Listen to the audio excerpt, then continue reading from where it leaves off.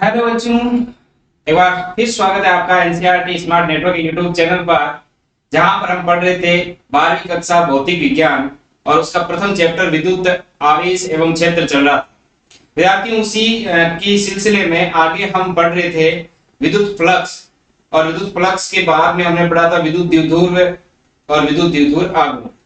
अब आज हम पढ़ने वाले हैं विद्यार्थी विद्युत द्विध्रुव के अक्ष पर और निरक्ष पर विद्युत क्षेत्र की तीव्रता का मान कैसे ज्ञात किया जाता है, उसके बारे में उसका जो व्यंजक है वो प्राप्त करेंगे। विद्युत द्विध्रुव विद्यार्थियों दो विपरीत प्रकृति के आवेश और समान परिमाण के आवेशों का ऐसा निकाय होता है जिसमें उन दोनों के मध्य की दूरी बहुत अल्प होती है, उसे हम विद्युत द्विध्रुव कहते हैं। और विद्युत द्विध्रुव आघूर्ण, जिसको हम स्मॉल p से लिखते हैं, सदिश राशि होती है, एक आवेश का परिमाण और उनके मध्य की दूरी के गुणनफल के बराबर होता है। तो चलिए आज की कक्षा शुरू करते हैं विद्यार्थियों अपने टॉपिक से। आपका अपना जो टॉपिक है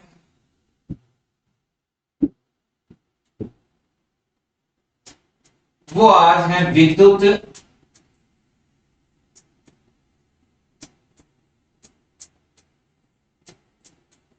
द्विध्रुव के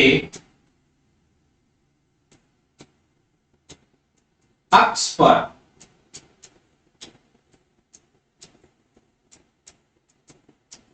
विद्युत क्षेत्र की तीव्रता। विद्युत द्विध्रुव के अक्ष पर विद्युत क्षेत्र की तीव्रता।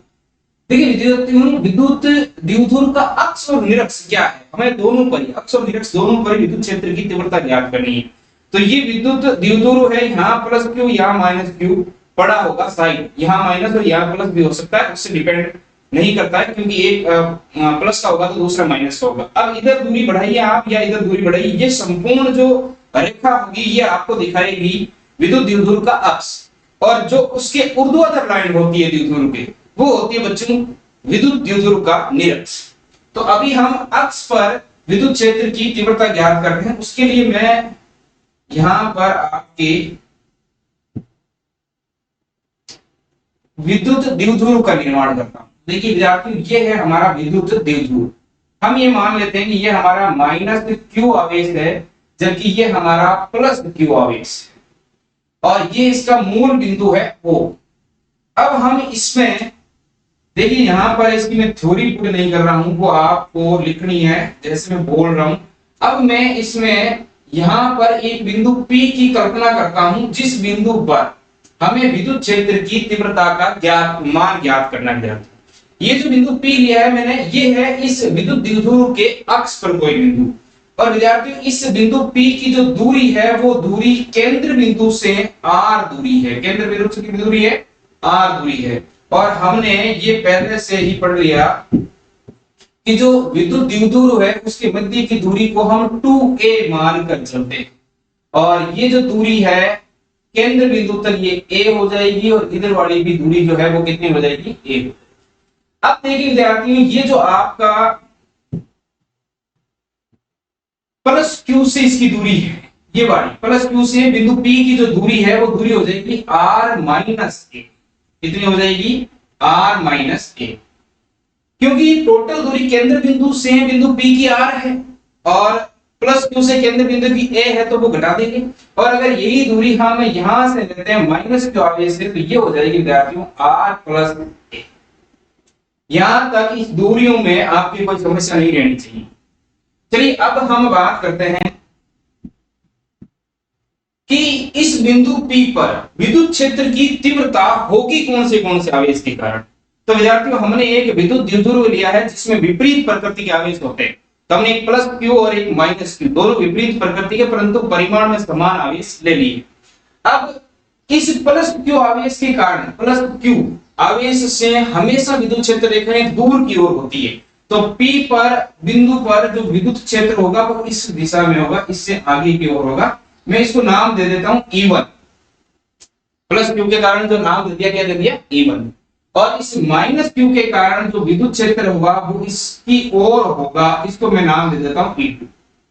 ये जो आपका E1 है और E2 है, ये E1 तो है विद्यार्थियों माइनस क्यू के कारण विद्युत क्षेत्र, क्यू के कारण विद्युत क्षेत्र, और ये इवन है, ये है प्लस क्यू के कारण, प्लस क्यू के कारण विद्युत क्षेत्र। तो यहां तक कोई समस्या नहीं है, क्लियर है। अब देखिए हम इनका मान निकालते हैं विद्युत क्षेत्र का। देखिए पहले मैं निकालता हूं प्लस क्यू के कारण, प्लस क्यू के कारण विद्युत क्षेत्र की तीव्रता, कहां पर, बिंदु P पर। प्लस क्यू के कारण बिंदु P पर विद्युत क्षेत्र की तीव्रता क्या होगी। तो देखिए वो हो जाएगी विद्यार्थियों E1, हमने क्या मान रखी है, E1 मान रखी है। तो क्या हो जाएगी, E1 बराबर 1/4 पाई एप्सिलॉन नॉट। ये जो विद्युत क्षेत्र की तीव्रता का मान है, किसी बिंदु आवेश के कारण विद्युत क्षेत्र की तीव्रता का मान को हमने पहले ही ज्ञात कर लिया है। तो वो होता है 1/4 पाई एप्सिलॉन नॉट। आवेश कौन सा है, Q, अपॉन में दोनों के बीच की दूरी। तो देखिए प्लस Q से बिंदु P तक की जो दूरी है वो है विद्यार्थियों r-a, ये बात r-a। तो ये आपका हो जाएगा r-a का होल स्क्वायर, r-a का क्या हो जाएगा, होल स्क्वायर। यहां तो कोई समस्या नहीं, इसको मैं दे देता हूं समीकरण 1 ना। देखिए आगे चलते हैं। अगला हमारा पॉइंट है माइनस क्यू के कारण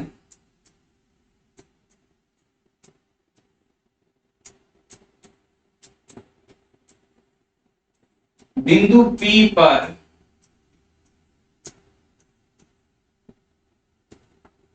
विद्युत क्षेत्र की तीव्रता। देखिए क्या होगी, ये हो जाएगी आपकी E2। इसको हमने किस नाम से जाना है, E2 से। तो ये हो जाएगी E2 माइनस क्यू के कारण, ये माइनस क्यू से बिंदु P पर विद्युत क्षेत्र की तीव्रता इस दिशा में है, E2 है, इस दिशा में है और E2 है, वो हमें यहां पर पता चल गया। अब देखिए ये E2 हो जाएगा आपका 1/4 पाई एप्सिलॉन नॉट। यहां पर हम माइनस का क्यों नहीं लेंगे, क्योंकि हम जब विद्युत क्षेत्र की तीव्रता ज्ञात कर रहे हैं तो सिर्फ आवेश के परिमाण की बात कर रहे हैं। माइनस चिन्ह यहाँ पर सिर्फ और सिर्फ विद्युत क्षेत्र की दिशा को बता रहा है, जो प्लस क्यू के कारण दिशा है उसकी विपरीत दिशा में। तो यहाँ जो आपकी दूरी हो जाएगी वो हो जाएगी विद्यार्थियों r+a का होल स्क्वायर, और इसको नाम दे देते हैं समीकरण 2। देखिए यहां तक की दूरी बिंदु P से यहां तक की दूरी r है और ये a है, तो माइनस क्यू से हो जाएगी r+a, जो हमने यहां बात नहीं रखी है ऑलरेडी। तो यहां तक कोई समस्या नहीं, अर्थात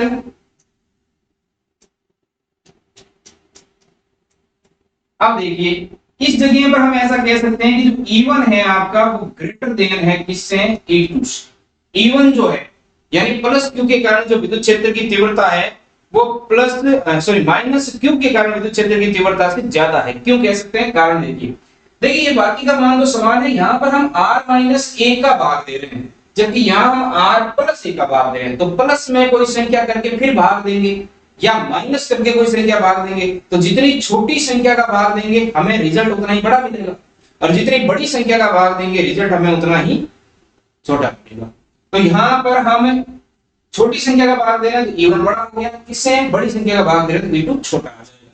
तो मैं यहाँ पर लिख सकता हूँ परिणामी जो आपका होगा E, वो हो जाएगा विद्यार्थियों E1 माइनस E2। देखो माइनस क्यों लगाया, माइनस इसलिए लगाया क्योंकि इन दोनों की दिशाएं विपरीत है, तो दोनों की दिशाएं विपरीत है तो हमें इनका परिमाण निकालना है, और वो परिमाण हम इस तरीके से ज्ञात कर सकते हैं। देखिए यहां तक क्लियर हो जाना चाहिए। अब मैं इसको थोड़ा सा छोटा कर रहा हूं, फिर हम आगे चलने वाले हैं। चलिए इतना सा कर देते बहुत है, ताकि आगे का डेरिवेशन हम आराम से इसी जगह पर कर सकते हैं।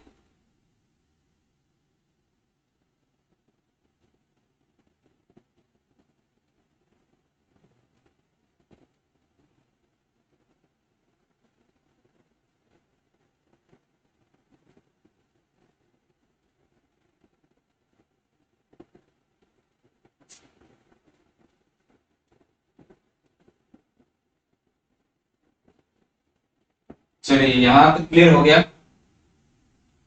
तो हम पहुंच चुके थे कौन से रिजल्ट पर,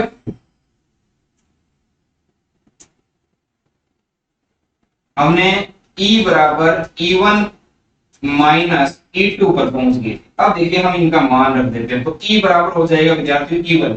E1 हमारे पास आया 1/4 pi epsilon not Q upon में R माइनस A का होल स्क्वायर और माइनस में 1/4 pi epsilon not Q upon में R प्लस A का होल स्क्वायर।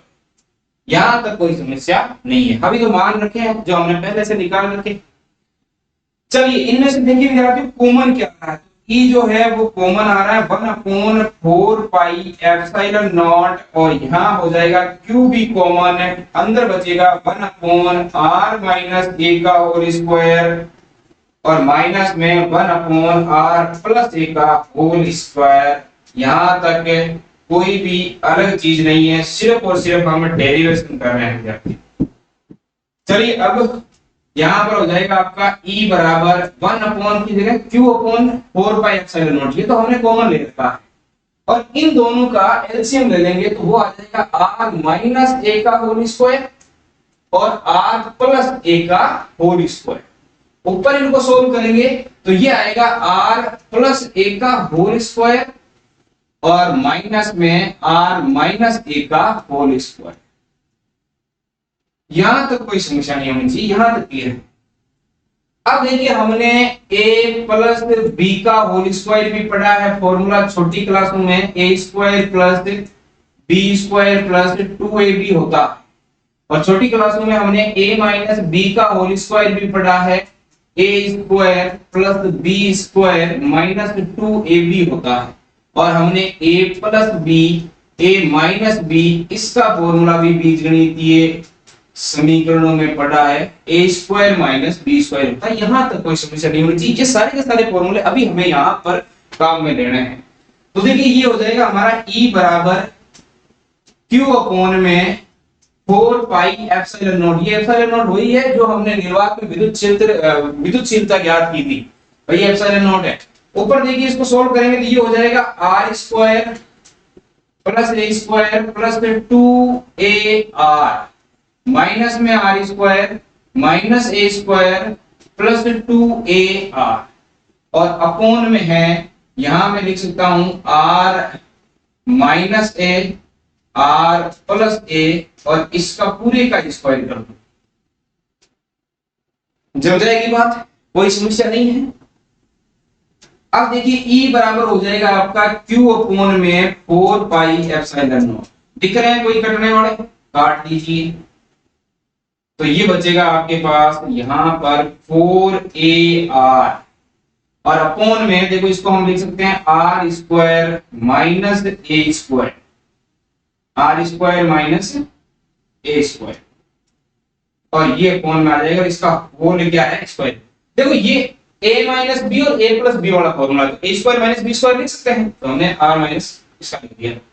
अब देखिए यहां पर हम क्या कर लेते हैं, कंडीशन लगा लेते हैं, जो r है वो बहुत बड़ा मान लेते हैं, किससे a से। तो जो आपका a है वो a हो जाएगा डेंस टू 0 मतलब नगण्य। a क्या हो जाएगा, नगण्य। विद्यार्थियों में थोड़ा सा और छोटा कर लेता हूं, आपको यहां तक समझ में आ जाना चाहिए, कोई समस्या वाली बात नहीं है।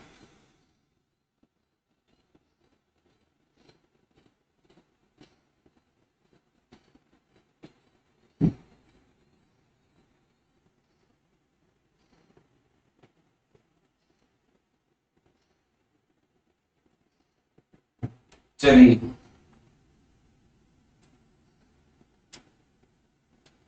तो जब हमने r बहुत ज्यादा बड़ा मान लिया किससे, a से। a है क्या यहाँ पर, a है केंद्र बिंदु से प्लस क्यू आवेश की दूरी या माइनस क्यू आवेश की दूरी, और r जो है वो बाहर कोई बिंदु लिया हमने दूर से, अक्ष पर कोई बिंदु लिया जिसकी दूरी, तो इसको नगण्य मान लिया। तो हमारे पास देखिए विद्युत क्षेत्र E बराबर आ जाएगा q अपॉन में 4 पाई एप्सिलॉन नॉट, यहाँ तो 4ar और अपॉन में r की घात 4। देखो एक r से एक r कट जाएगा तो आप यहाँ पर प्राप्त कर लोगे q अपॉन में 4 पाई एप्सिलॉन नॉट और ये आ जाएगा 4a को मैं ऐसे लिख देता हूँ 2 गुना 2a अपॉन में r क्यूब। देखो 2 गुना 2a क्यों लिखा, क्योंकि हम जानते हैं कि Q डॉट 2A जो होता है वो बराबर होता है स्मॉल p के विद्यार्थी। और स्मॉल p यहाँ पर विद्युत द्विध्रुव आघूर्ण है। स्मॉल p क्या है? विद्युत द्विध्रुव आघूर्ण। तो मैं इसको मान रख देता हूँ यहाँ पर, देखो E बराबर ये जो Q है और P है इसकी जगह में P रख दूं तो ये आ जाएगा 1/4 pi epsilon not 2 small p upon में r क्यूब। और विद्यार्थी हम जानते हैं 1/4 पाई एप्सिलॉन नॉट किसके बराबर होता है? k के बराबर। तो इस प्रकार हमें E मिल जाएगा 2kp अपॉन में r क्यूब। और ये जो E है ये E है अक्ष पर विद्युत क्षेत्र की तीव्रता। किस पर? अक्ष पर विद्युत क्षेत्र की तीव्रता। तो ये हमने निकाल लिया किसी द्विध्रुव के अक्ष पर विद्युत क्षेत्र की तीव्रता। यहां तक कोई समस्या नहीं होनी चाहिए। ये आपको फॉर्मूला जो है वो याद रखना है विद्यार्थियों। ये इस पर बेस्ड हम न्यूमेरिकल भी सोल्व करेंगे आने वाली क्लासों में। तो ये होता है 2kp अपॉन में r क्यूब। यहाँ के समानुपातिक स्थिरांक है, p विद्युत द्विध्रुव आघूर्ण है, r उस बिंदु की दूरी है जिस बिंदु पर हमें विद्युत क्षेत्र की तीव्रता निकालनी है, और उस बिंदु की दूरी द्विध्रुव के केंद्र से है, और E यहाँ पर विद्युत क्षेत्र की तीव्रता है। फटाफट स्क्रीनशॉट लीजिए फिर आगे चलते हैं। तो ये पहला डेरिवेशन हो गया हमारा। अब देखिए हम निकालते हैं यहां पर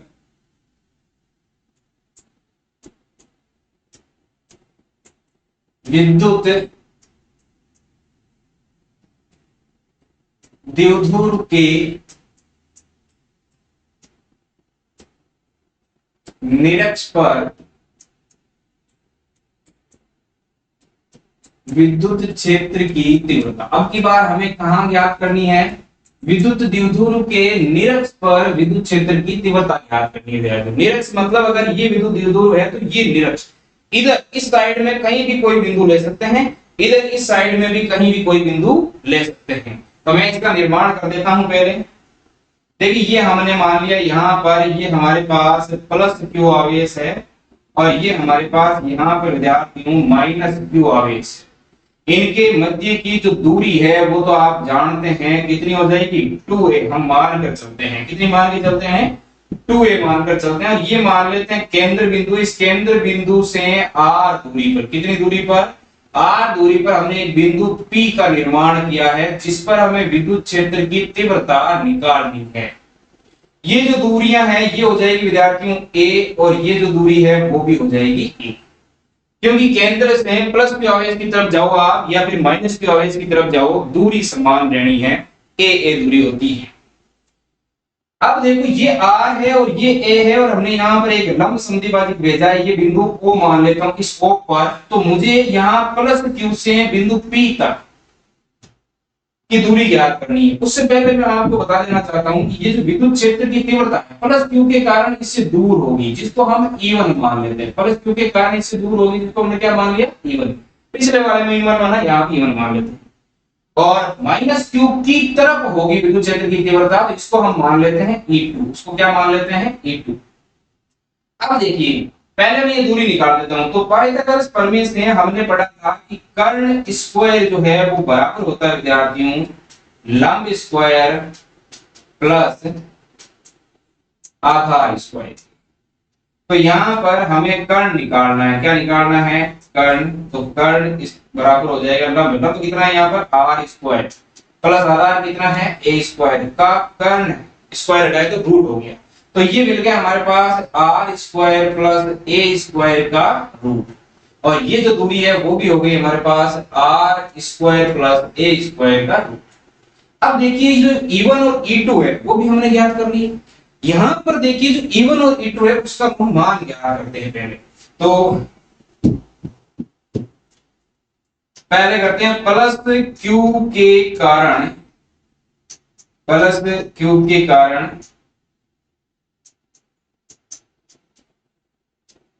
बिंदु P पर विद्युत क्षेत्र की तीव्रता क्या हो जाएगी?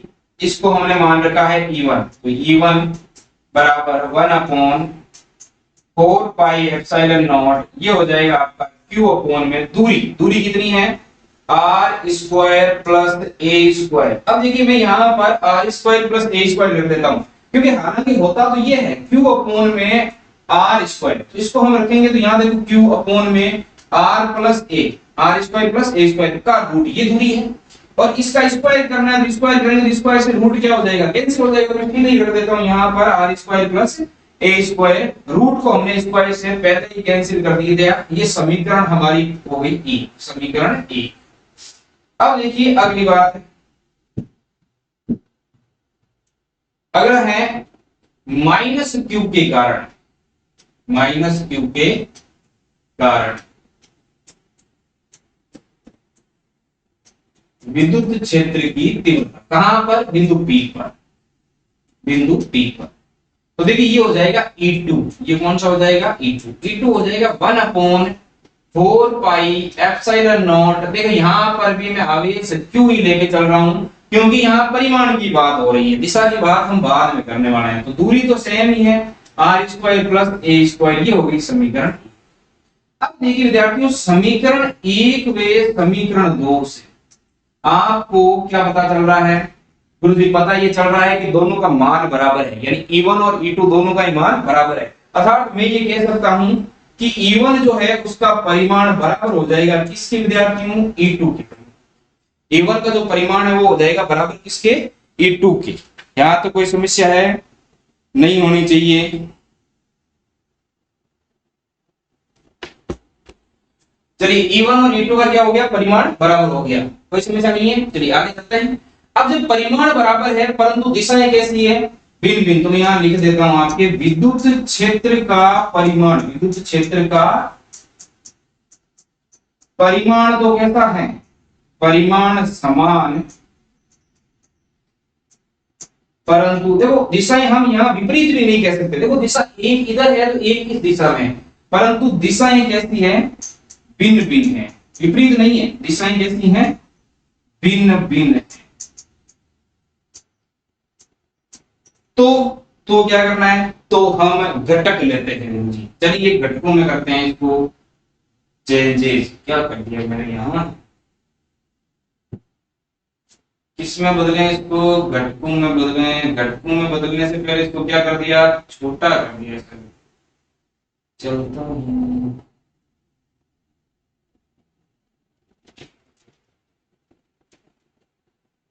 चलिए अब देखो घटकों में कैसे वियोजित करेंगे। घटकों में इस तरीके से वियोजित कर, ये तो इस बिंदु में, ये बिंदु हमारा कौन सा है, P, ये भी P बिंदु है विद्यार्थी, मैंने यहां से उठाया। और ये आपका विद्युत क्षेत्र E1 प्लस Q के कारण, ये विद्युत क्षेत्र की दिशा है E2, किसके कारण, माइनस Q के कारण। और अब देखो ये जो कोण है थीटा है, ये भी कोण है थीटा, तो इधर हो जाएगा आपका E1 कोस थीटा, और इसका जो घटक है क्षैतिज घटक वो हो जाएगा E2 कोस थीटा। लेकिन इसका ऊर्ध्वाधर घटक E1 विद्युत क्षेत्र का ऊर्ध्वाधर घटक हो जाएगा E1 साइन थीटा, और इसका ऊर्ध्वाधर घटक हो जाएगा विद्यार्थियों E2 साइन थीटा। देखिए डायग्राम को देखते ही कहानी सारी क्लियर हो गई। क्या सर, ये हो गई कि E1 और E2 तो हम जानते हैं बराबर है, E1 और E2 तो परिमाण में कैसे हैं, बराबर है, हमने ज्ञात कर लिया है। तो साइन थीटा और साइन थीटा भी तो बराबर हो गया, थीटा का मान भी तो सेम रहेगा, तो साइन थीटा और साइन थीटा भी बराबर होगा। मतलब इसका मतलब ये हो गया कि E1 साइन थीटा का मान और E2 साइन थीटा का मान बिल्कुल समान होगा, और दिशाएं दोनों की विपरीत है, दिशाएं दोनों की कैसी है, विपरीत है। इसका मतलब एक दूसरे को निरस्त कर देंगे। बिंदु P को इस साइड में E1 sin थीटा से और इस साइड में E1 sin थीटा विद्युत क्षेत्र की तीव्रता लग रही है, दोनों ही दिशाओं में समान विद्युत क्षेत्र की तीव्रताएं हैं, तो क्या हो जाएगा, ये एक दूसरे को निरस्त कर देंगे। ये निरस्त कर देंगे तो कौन से घटक बचेंगे, ओनली ये घटक बचेंगे, E1 cos थीटा और E1 E2 cos थीटा। ये कैसे करेंगे, ये कार्य ऐसे करें विद्यार्थी, दोनों ही एक ही दिशा में विद्युत क्षेत्र की तीव्रता है, E1 cos थीटा और E2 cos थीटा दोनों ही एक ही दिशा में है। एक ही दिशा में तो क्या करें, जोड़ दें, एक ही दिशा में तो क्या करें, जोड़ दें। तो कुल विद्युत क्षेत्र की तीव्रता हो जाएगी आपकी E1 cos theta plus E2 cos theta. और हम जानते हैं E1 और E2 दोनों ही बराबर है, तो क्यों ना हम इसको ऐसे लिख दें 2E1 cos थीटा। और इस E1 का मान हमने पहले ही निकाल दिया है, तो क्यों ना हम इसको लिखे 1/4 pi epsilon naught Q upon में R square plus A square. कोई समस्या नहीं। तो क्या अब cos थीटा का मान क्या रखें? देखो 2 का हमने 2 रख दिया, E1 का मान हमने यहां से उठा लिया समीकरण 1 से। चाहे आप E1 का रखो चाहे E2 का रखो, मान दोनों का समान है, परिमाण में दोनों समान है, तो फर्क नहीं पड़ता है किसका मान रखो। अब cos थीटा, देखिए cos थीटा कैसे निकालोगे? cos थीटा क्या होता है? आधार बटा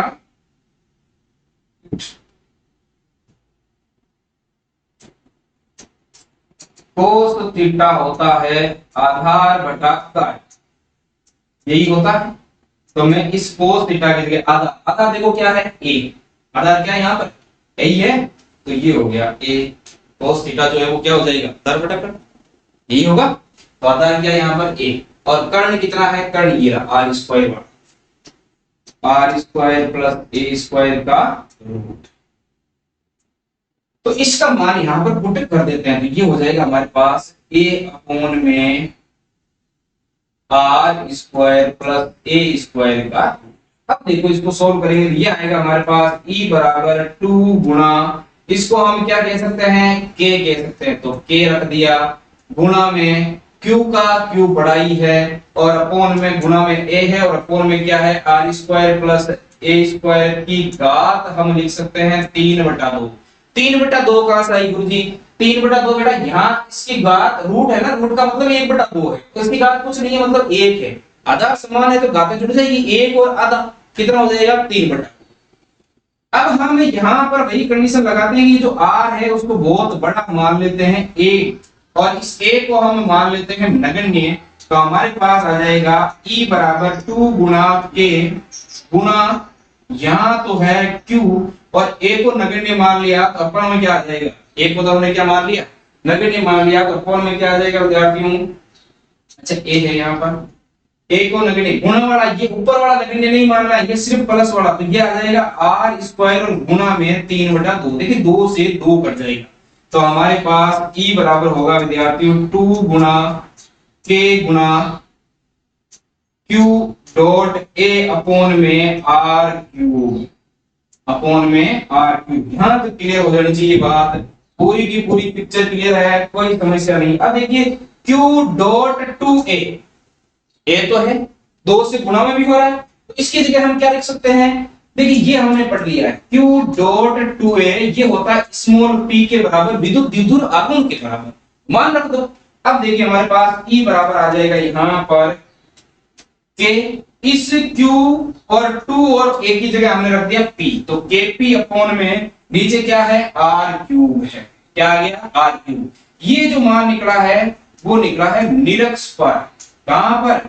निरक्ष पर विद्युत क्षेत्र की तीव्रता, विद्युत क्षेत्र की तीव्रता। अब देखिए विद्यार्थियों, निरक्ष पर और अक्ष पर विद्युत क्षेत्र की तीव्रताओं में समानता है क्या? ये जस्ट उसका दुगुना है, जस्ट उसका क्या हो रहा है? दुगुना हो रहा है। तो kp अपॉन r क्यूब, इसको अगर मैं 2 से गुणा कर दूं तो e अक्ष पर विद्युत क्षेत्र की तीव्रता आ जाएगी। तो यहां तक आपको ये चीज समझ में आ जानी चाहिए, इसमें कोई समस्या नहीं होनी चाहिए। स्क्रीनशॉट ले रहे हो तो ले लीजिए, बाकी मैं तो यही कहूंगा कि डेरिवेशन को एक बार हाथ से कीजिए। चलिए आज की क्लास के लिए आपका बहुत बहुत धन्यवाद।